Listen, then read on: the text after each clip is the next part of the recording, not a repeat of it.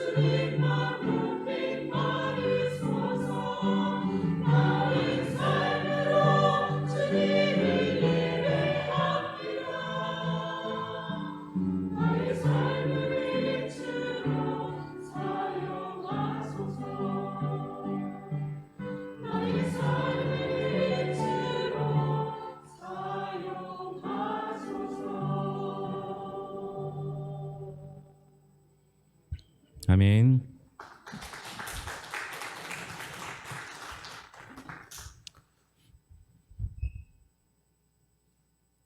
지난 1월 달부터 여호수아를 보기 시작해서 이제 6월의 마지막 때쯤 이제 여호수아를 마무리하게 됩니다. 원래 계획대로라면 이번 주에 23장을 이야기하고 다음 주에 24장을 얘기해서 마무리하려고 했는데요.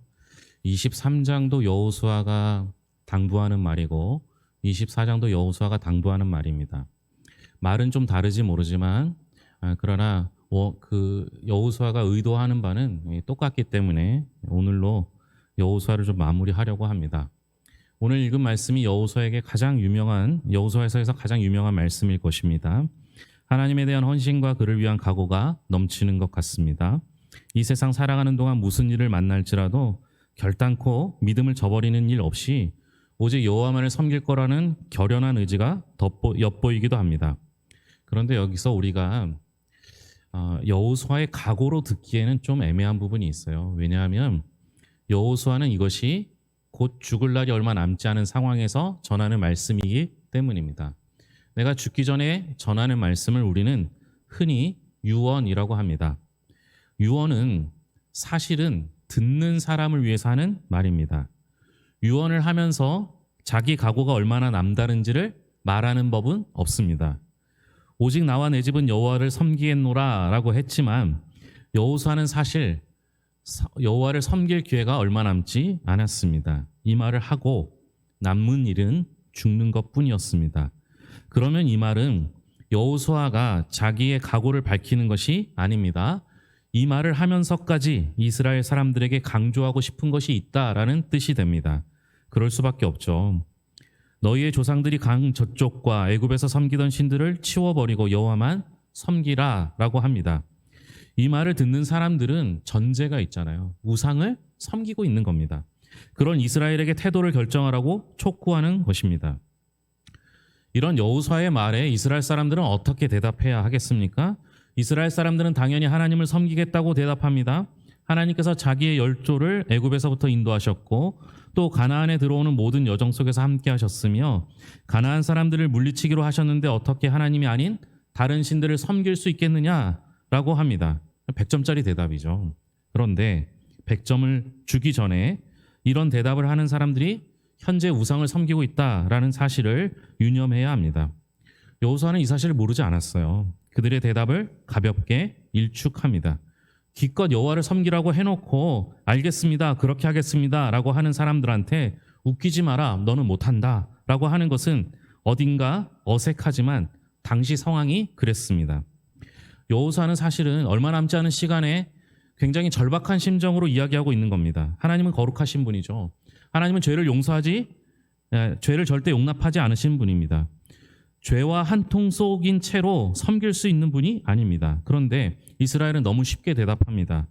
여호와를 섬기는 것이 어떤 것인지에 대한 여호수아의 생각과 이스라엘의 생각은 달라도 너무 다릅니다. 이스라엘은 하나님을 섬기려면 무엇을 어떻게 해야 하는지도 모르면서 무작정 섬기겠다라고 한 겁니다.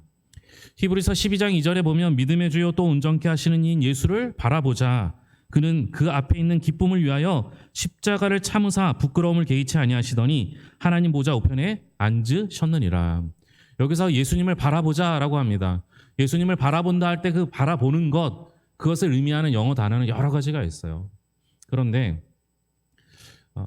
영어 성경 킹 제임스 버전을 비롯해서 몇 가지 성경책은 이때 보다라는 단어를 look이라는 단어를 씁니다. 그런데 NIV는 이 영어 성경에서 번역을 픽스라고 합니다. 저는 이게 더 좋은 의미로 다가옵니다. 우리의 눈을 예수님께 고정시키자라는 겁니다. 여호수아의 얘기에 따르면 시선과 관심을 오직 여호와께 픽스하는 것이 여호와를 섬기는 것입니다. 그런데 이스라엘은 그럴 마음이 없습니다. 꼭 그렇게까지 해야 하는 것은 아니지 않나. 어쨌든 나름대로 여호와를 섬길 마음은 있다. 이런 얘기입니다. 여호수아가 너무 극단적인 얘기를 하는데 그냥 대충 듣고 우리는 우리 나름대로 섬기면 된다라고 생각하는 것이죠. 우리 모두는 예수를 믿는 사람들입니다. 앞으로도 믿을 것입니다. 그럼 여러분들을 향해서 예수님을 잘 믿으세요 라고 말하면 알았다라고 대답도 할 겁니다. 그러면 우리가 예수님을 믿는 모습은 어떤 것이 있을까요? 고작 해야 그것도 어려운 일이죠. 일요일에 늦잠 자지 않고 예배 교회에 나오고 밥 먹을 때 기도하고 조금 은혜 받으면 조금 작심하면 모질게 마음 먹으면 사나울 정도 성경 읽는 것. 이게 우리의 예수님을 잘 섬기는 것일까요? 성경에는 교회 나오라는 요구가 없습니다. 밥 먹을 때 기도하라는 요구도 없습니다. 성경을 읽으라는 요구도 없습니다. 성경에서 말하는 건 특히 23장에서 여호수아가 하나님을 사랑하라고 말할 때 그 사랑한다는 것은 마음과 뜻과 목숨을 다하여 사랑하라라는 겁니다. 그런 말씀에 아멘 하면서 우리한테는 마음을 다하고 목숨을 다하고 뜻을 다해서 하나님을 사랑하기로 하는 신앙의 결단, 각오가 없는 것 아닙니까? 그래서 결국 우리가 할 수 있는 거 예배 빼먹지 않는 것으로 신앙생활 다 했다라고 생각합니다. 여러분, 주일 성수는 주일을 거룩하게 지킨다라는 겁니다. 주일이란 말 그대로 주님의 날입니다. 적어도 그날 하루만큼은 최대한 예수님을 높이며 보내야 합니다. 그런데 주일 예배를 안 빼먹는 것을 주일 성수라고 할 수 있다면 예수님께서 십자가에 달리신 사건이 고작 우리 예배 빠지지 말라고 한 것이라고 말할 수 있겠습니까? 여호수아가 너희들 제발 하나님을 섬겨라. 이스라엘 백성들이 걱정 마십시오.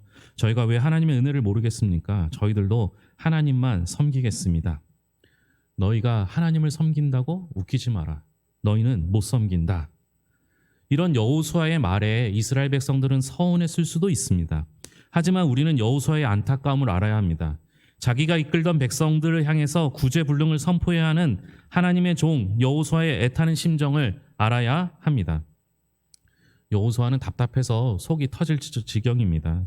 지금까지는 자기의 영도력으로 이스라엘을 이끌었습니다. 하지만 더 이상 그것이 불가능해 보입니다.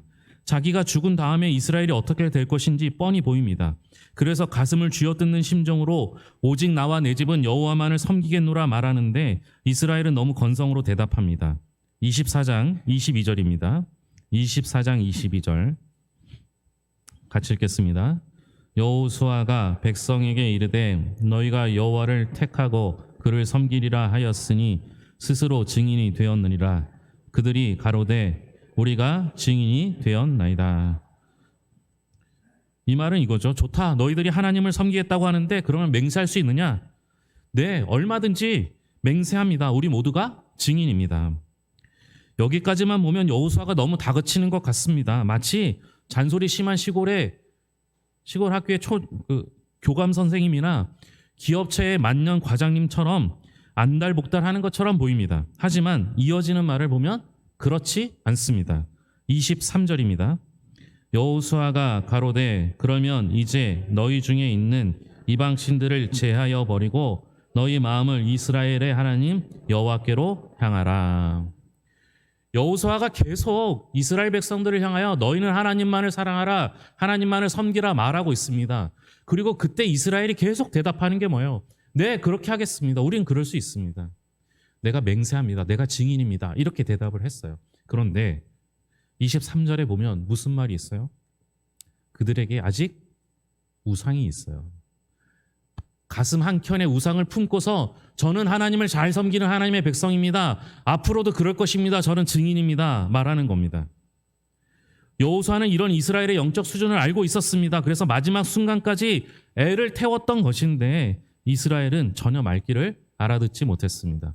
차라리 에휴 저 노인네 또 잔소리한다. 지금 시대가 언젠데 아직도 하나님 타령이야. 귀찮으니까 얼른 알았다라고 대답하고 우리끼리 놀자. 이런 식으로 여호수아를 기만하는 거였으면 차라리 나을 수도 있습니다.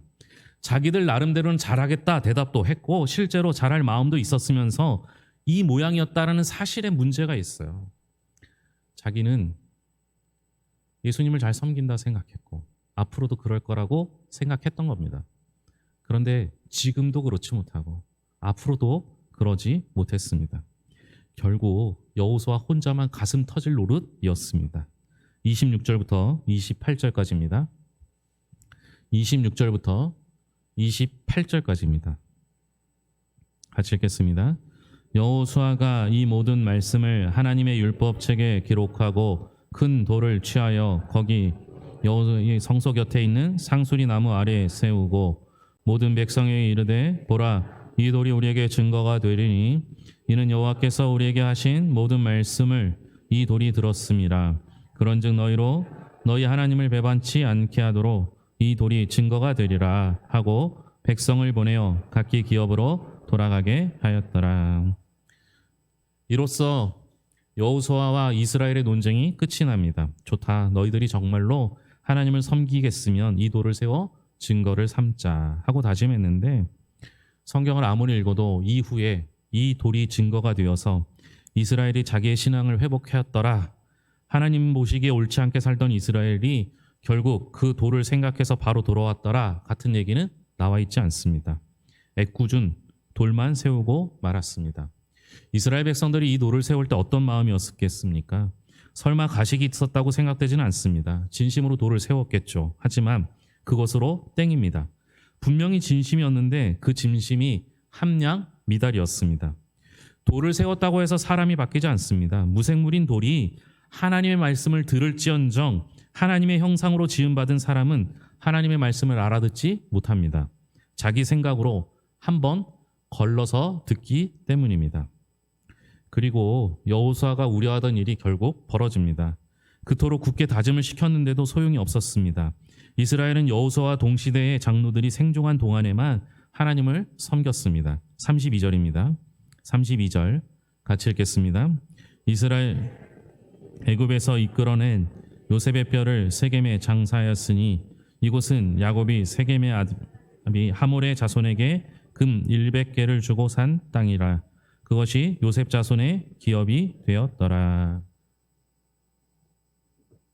요셉의 죽음의 이야기는 창세기에 나옵니다. 그때 요셉이 장차 하나님께서 이스라엘을 돌보시려고 할 때 자기 해골을 메고 가라는 부탁을 합니다. 요셉은 애굽의 총리를 지낸 사람입니다. 사람이 누릴 수 있는 모든 부귀 영화를 다 누렸죠. 하지만 그의 궁극적인 관심은 애굽에서 누리는 부귀 영화에 있지 않고 죽어서라도 유골이라도 하나님의 언약이 있는 땅에 묻히는 것에 있었습니다. 그 당부대로 모세가 이스라엘을 이끌고 애굽에서 나올 때 요셉의 해골을 챙겨서 나왔습니다. 요셉이 유언했으니까 모세가 그렇게 하는 건 당연하다라고 생각할 수 있겠지만 그렇게 쉬운 문제가 아닙니다. 왜냐하면요, 요셉과 모세는 동시대 사람이 아닙니다. 이스라엘 백성들이 출애굽할 때 430년이 걸렸어요. 요셉은 30세에 총리가 되었고 이스라엘이 애굽으로 내려왔을 때가 9년 된 뒤였습니다.